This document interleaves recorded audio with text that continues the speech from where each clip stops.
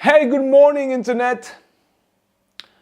Et si on parlait de quelque chose de fondamental, quelque chose d'essentiel au développement de tout individu, la relation parent-enfant. Alors franchement, je me suis pris la tête et je me suis dit, comment est-ce que tu vas aborder ce sujet? À quel niveau de profondeur tu vas aller? Qu'est-ce que tu vas leur dire? Et je me suis dit, tu sais quoi, fais comme d'habitude, fais de ton mieux. Et il y aura certainement des personnes qui auront besoin d'entendre ce que tu auras dit. Et ce que j'ai envie de vous dire aujourd'hui, c'est une vérité fondamentale qu'on tient de Korbisky, je crois qu'il s'appelle. Bref, ce qu'il a dit, c'est « La carte n'est pas le territoire ». Et cette vérité est essentielle. C'est important de la comprendre. Pourquoi? Parce qu'on a tendance à croire que ce qu'on voit, c'est aussi ce que l'autre voit. Alors que non. C'est simple. Il te suffit d'aller chez ton voisin à même pas 10 mètres de chez toi, de te mettre à sa fenêtre, de regarder dans la même rue et ton cerveau te dira « Oh, je connais mais je ne connais pas cet angle de vue-là ». Pourtant, c'est exactement la même rue. Et c'est ça que ça veut dire. La carte n'est pas le territoire. Si je te demande à toi de faire une carte de ton quartier ou de ta rue, tu feras une carte. Il y aura des similitudes avec celle de ton voisin, certes, mais ce ne sera pas la même. Pourquoi? Les endroits importants ne sont pas les mêmes. La façon de visualiser les choses ne sont pas les mêmes. Peut-être la taille ne sera pas la même, l'échelle ne sera pas la même. Bref, la carte n'est pas le territoire. Les expériences, la réalité, les choses qui sont sous nos yeux sont des faits. Mais nous les percevons d'une façon unique. Et c'est très important de comprendre ça avant de commencer à parler de la relation parent-enfant. Alors, ce que j'avais décidé de faire, c'est de faire 2 vidéos. Une vidéo où on étudie la carte de l'enfant et une vidéo où on étudie la carte du parent. Et pour me servir de la carte de l'enfant, j'ai puisé dans mes souvenirs. C'était un peu flou, mais heureusement, j'ai des nièces de tous les âges.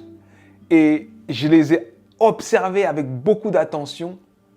Et vous savez ce que j'ai remarqué? Un enfant ne cesse pas de vivre dans l'instant. C'est incroyable à quel point les enfants sont dans l'instant. Ils jouent dans l'instant. Ils tombent l'instant d'après, ils jouent encore. Ils se détestent l'instant d'après, ils s'aiment. Tu vas voir ton petit cousin, ton fils ou n'importe qui. Mais alors lui, c'était plus ton ami, tu m'avais dit c'était plus ton ami. Eh bien si, c'est mon ami encore. Parce qu'ils vont vite, ils sont que dans l'instant. Et ce qu'il y a de particulier quand tu vis comme ça, c'est que tu vis avec une intensité incroyable. Et donc si tu vis avec une intensité aussi incroyable, c'est que tu changes à une vitesse incroyable. Et c'est là qu'il y a le...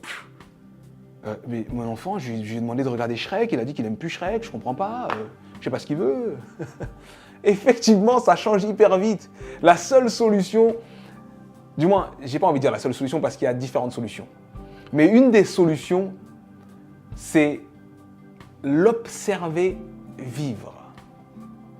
Accepter ce qu'il te dit comme la réalité parce qu'au final, c'est ce que c'est. Okay? Pas le marquer à la culotte pour essayer de savoir à chaque fois dans quelle direction il va ou quoi. Parce que dans tous les cas, tu ne pourras pas l'empêcher de faire les erreurs. Tout le monde a eu une petite cousine, une nièce, une fille à qui vous avez donné des conseils en disant « Tu sais, il faut vraiment faire attention, hein, l'amour, ça va être difficile. Hein. Si tu ne choisis pas un bon garçon, l'autre garçon, il va te faire mal au cœur et après, vrai. » Elle te dit « Oui, j'ai compris, oui. » Avant les vacances de décembre, chagrin d'amour. Ah, il m'a fait du mal. Il m'a laissé, il est avec Laurie maintenant. Ah. Et là, elle apprend la leçon. Et ça fait mal de voir quelqu'un qu'on aime, surtout un enfant, souffrir. Mais c'est la seule façon dont on apprend réellement. Quand tu as expérimenté ça, tu comprends que, oulala, le feu, ça brûle. Donc, il faut que je sois vigilant. Et en gros, il faut... Mon conseil d'aujourd'hui, donc pour les parents, pour essayer de comprendre la carte de l'enfant, c'est savoir qu'ils sont dans l'instant, ils vont vite, ils se cherchent. Ils ont besoin d'expérimenter, ils ont besoin de faire leur propre choix et pas simplement d'exécuter ce que vous avez prévu pour eux. Parce que les parents sont bienveillants, d'accord? Les parents sont bienveillants, les parents veulent ce qu'il y a de mieux pour leurs enfants. Sauf que, comme on l'a vu un peu plus tôt, la carte n'est pas le territoire. C'est pas parce que tu dis que c'est mieux pour ton enfant que c'est vrai. C'est pas parce que tu dis que c'est safe, donc sécure pour ton enfant, que c'est vrai. La carte n'est pas le territoire. Tu as eu une expérience, tu as vécu des choses, tu as eu des échecs, tu t'es brûlé, tu es tombé. Tu essaies de protéger ton enfant du mieux que tu peux, mais tu ne pourras pas vraiment le cadrer à 100%.